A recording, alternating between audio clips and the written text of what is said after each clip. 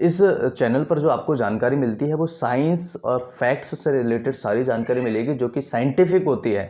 Hello everyone, कैसे हैं आप। आज की वीडियो में बहुत बहुत स्वागत है आपका। आज का बहुत ही फ्रेश वीडियो है और इस वीडियो में हम जानेंगे हेलिटोसिस के बारे में।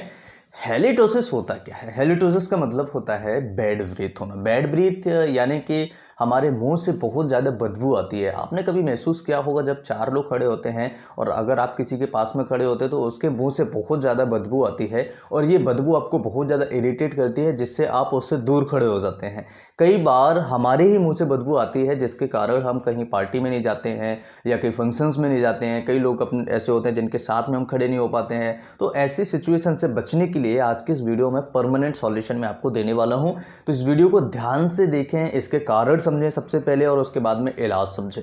तो सबसे पहले कारण हम समझ लेते हैं और इसे हम साइंटिफिकली समझें। तो देखिए साइंस क्या कहता है।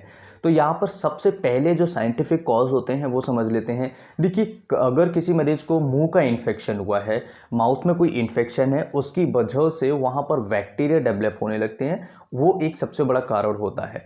और दूसरा कारण होता है पुअर हाइजीन। अगर हम अपने माउथ की, अगर हम ओरल कैविटी की सही तरीके से हाइजीन नहीं रखें, हाइजीन का मतलब होता है साफ सफाई करना। अगर हम पूरी तरीके से साफ सफाई नहीं करेंगे तो उसकी वजह से भी हमें बैड ब्रीथ यानी हेलिटोसिस की समस्या हो सकती है। इसके अलावा अगर किसी को दांतों की प्रॉब्लम है, दांतों में यानी कि कीड़ा लग जाते हैं, कई बार दांतों में बहुत ज़्यादा गम्स हो जाते हैं आसपास, या कई सारी ऐसी प्रॉब्लम्स होती हैं जो दांतों में होती हैं, हमें डेंटल प्रॉब्लम्स होती हैं, तो उसकी वजह से भी हमें बैड ब्रीथ होने के चांस बहुत होते हैं।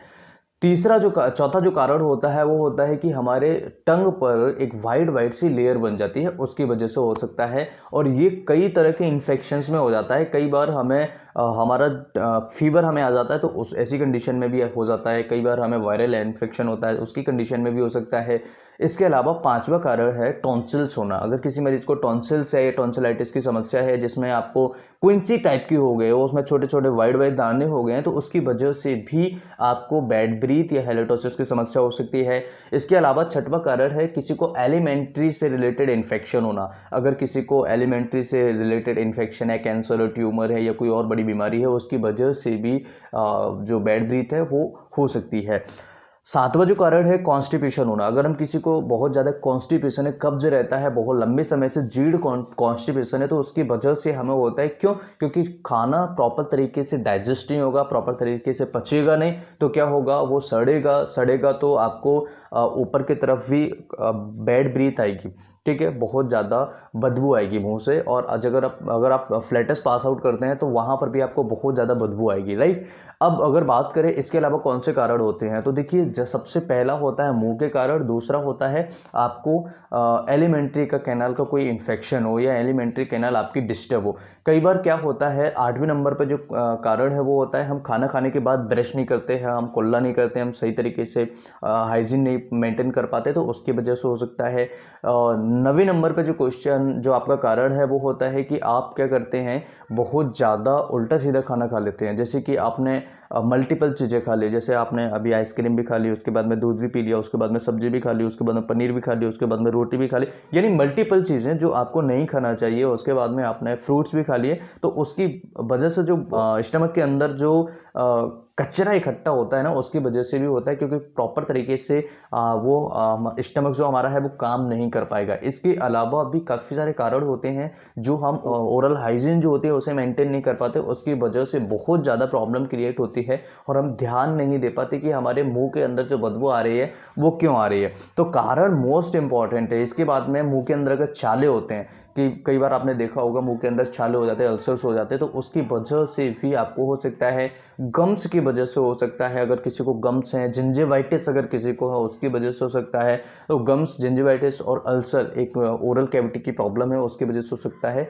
बैक्टीरियल, देखिए जब हम सही तरीके से हाइजीन नहीं करते हैं तो बैक्टीरिया डेवलप होते हैं। अब आप कहेंगे कि बैक्टीरिया कहाँ से आ जाते हैं? हमारे नॉर्मल हेल्थ, जब हम अपने मुंह को अच्छे तरीके से साफ करते हैं तब भी बैक्टीरियाज हमारे मुंह के अंदर रहते हैं। और क्योंकि सलाइवरी ग्लैंड से सलाइवा बाहर निकल रही है तो उसके लिए भी ज़रूरी होता है। और खाना जब हम खाते हैं उसे डाइजेशन करने के लिए बहुत ज़्यादा ज़रूरी होते हैं। तो बैक्टीरियाज तो ऑलरेडी हमारे मुंह के अंदर, बॉडी के अंदर प्रेजेंट रहते हैं, लेकिन जब हम साफ़ सफाई अच्छे तरीके से नहीं करते हैं, जब अच्छे तरीके से हाइजीन नहीं मेंटेन करते हैं, तो ऐसी कंडीशन में इनकी जो डेवलपमेंट होते हैं, यानी कि उनकी जो संख्या होती है बढ़ती चली जाती है, जिसकी वजह से हमें बैड ब्रीथ होने की समस्या हो जाती है। कई बार जिनके पेट में कीड़े होते हैं उनके वजह से भी, जो हुकवॉर्म वगैरह होते हैं उनके वजह से भी मुंह से बदबू आता है। इस बात को ध्यान रखें, ये बहुत बड़ा कारण होता है। और अगर आप पता लगाएं कि पेट में कीड़े हैं, कैसे पता लगाएं, तो आप ईसोनोफिल्स टेस्ट करें, यानी सीबीसी टेस्ट करें, कंप्लीट ब्लड काउंट, तो उसमें आपका ईसोनोफिल्स बढ़ा हुआ देखने को मिल सकता है अगर किसी को पेट में कीड़े होंगे तो, राइट। इसके अलावा काफ़ी सारे कारण होते हैं, पेट में दर्द होना या कई बार लार आना मुंह से। कई बार पेशेंट बहुत ज़्यादा खाना खाता है और उसको काफ़ी टाइम से हम नोटिस करते हैं, पेशेंट बहुत ज़्यादा खाना खा रहा है लेकिन उसको खाना लगता नहीं है, पचता नहीं, पच जाता है लेकिन लगता नहीं है, वो मोटा नहीं हो रहा है। तो ऐसे सिचुएशन में कीड़े होने के चांसेस होते हैं मरीज को। तो ये भी एक बहुत बड़ा कारण है। मेडिसिन की बात करें कि क्या मेडिसिन हमें करना चाहिए, तो बेसिकली सल्फर सबसे बेस्ट मेडिसिन होता है 200 पोटेंशी में। सल्फर होम्योपैथी का एक बहुत अच्छा मेडिसिन है जिसमें बदबू आना, शरीर से कहीं से भी बदबू आना, स्पेशली अगर बात करें माउथ से, तो बहुत अच्छे रिजल्ट्स हैं। 200 पोटेंसी अगर आप लेते हैं, इसे सुबह यूज करें, शाम को कभी यूज नहीं करें। अगर आप इसे मॉर्निंग में यूज करते हैं तो बहुत अच्छे रिजल्ट्स हैं। इसे वीकली लेना चाहिए, जैसे आज आपने लिया उसके 7 दिन बाद फिर से आपको एक बार लेना है। 3-4 बूंद आप डायरेक्ट टंग पर डाल सकते हैं, ये बहुत अच्छी मेडिसिन है। इसके बाद में मर्कसॉल बहुत कमाल की मेडिसिन है। एलिमेंट्री की जो जितनी बीमारियां होती हैं, छाले होना, बदबू आना या काफ़ी सारी ऐसी बीमारी होती हैं जो हमारी एलिमेंट्री कैनाल से रिलेटेड होती हैं, तो यहाँ पर भी आप मर्कसॉल को यूज कर सकते हैं 200 पोटेंसी में। मर्कसॉल को आप दिन में एक बार ले सकते हैं, जो कि आप लगातार 7 दिन तक लेंगे तो आपकी समस्या कंप्लीटली ठीक हो जाएगी। इसके अलावा कार्बोबेस 200 पोटेंसी में आप लीजिएगा।